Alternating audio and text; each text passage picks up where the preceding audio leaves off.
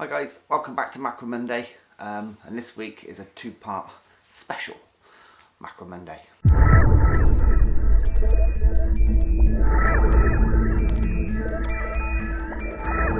Okay, two parts for a reason. The first part is going to be finding the image and obviously taking the image, and the second part, which will be out on Thursday in place of my normal vlog, will be editing and printing. So we're going to go right through the whole system over two shows. I'm going to choose a nice spring flower, the daffodil. We've got some nice tulips that are coming out as well, so I might even have a look at those, see which photograph's better. And we're going to be using the 18 to 55 kit lens with a reversing ring on the Pentax K1, and we're going to see if we can't get some real nice crisp looking images just using that technique and that technique only. We talked over the last couple of weeks about your different options of not just using a dedicated macro lens. So this, I'm looking a bit closely at the reversing ring because I feel that the reversing ring can give you a little bit more than the extension tubes. So that's just my opinion. So I'm going to get something set up with some daffodils and maybe have a look at the tulips and see if we can't take some nice images and go from there.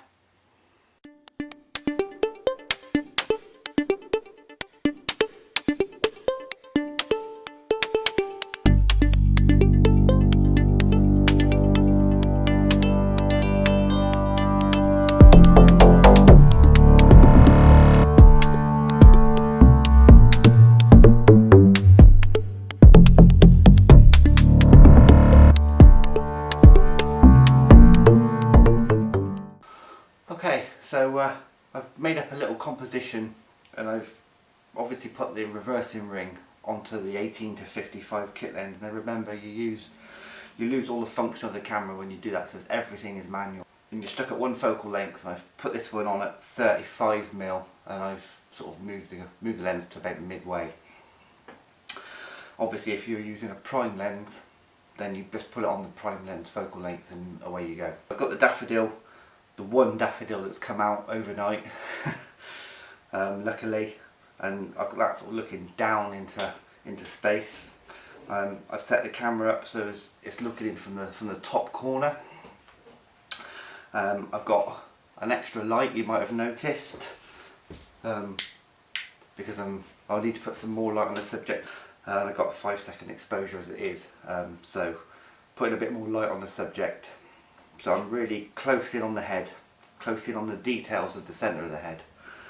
I'm on a 12-second timer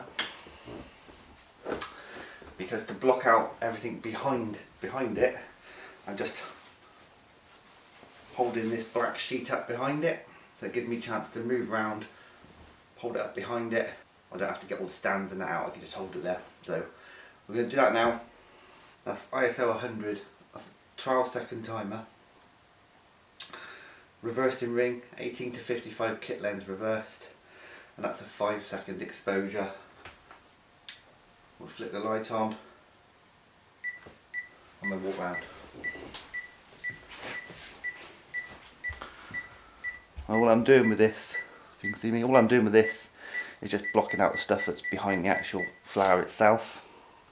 Doesn't matter if you don't keep it still because it's just a black background.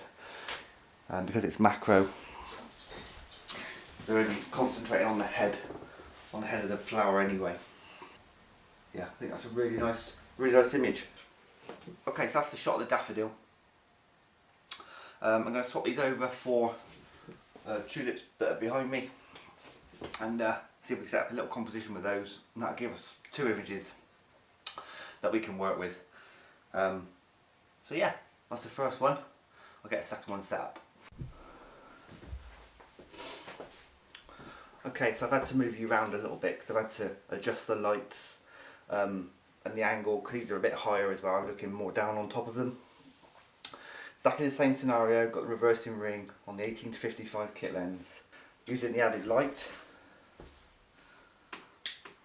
shed some light on the subject. I'm focusing right in the centre of the tulip, and it's It's got like these 6 little buds that are coming out the centre. I've tried to get that centre as pin sharp as I can, and that's a 2-second timer, 5-second exposure, ISO 100. So this is a lot of trial and error when you're doing this sort of photography, because you lose all your functions. Now there are certain rings for certain cameras that you can get that connect to the camera in some way that keep all the functions. They're really quite expensive, and I'm trying to show cheaper alternatives to a macro lens. If you're going to spend a lot, you might as well just get a macro lens. So I'm trying to show like cheaper options than getting a macro lens, and I think this is probably the best option, definitely. We'll look at extension tubes coming up in a few weeks. That centre is lovely, really sharp. So it just goes to show that you can use a cheap lens with a reversing ring to get real sharp macro close-up images. So I think I'm going to leave this one there. I'm going to rabble on for long enough. I've basically shown you the setup, what we've taken photos of. So if you want to see them being processed and printed and framed, then come back Thursday, 6 o'clock, and we'll go through that as well. So yeah, thanks for watching.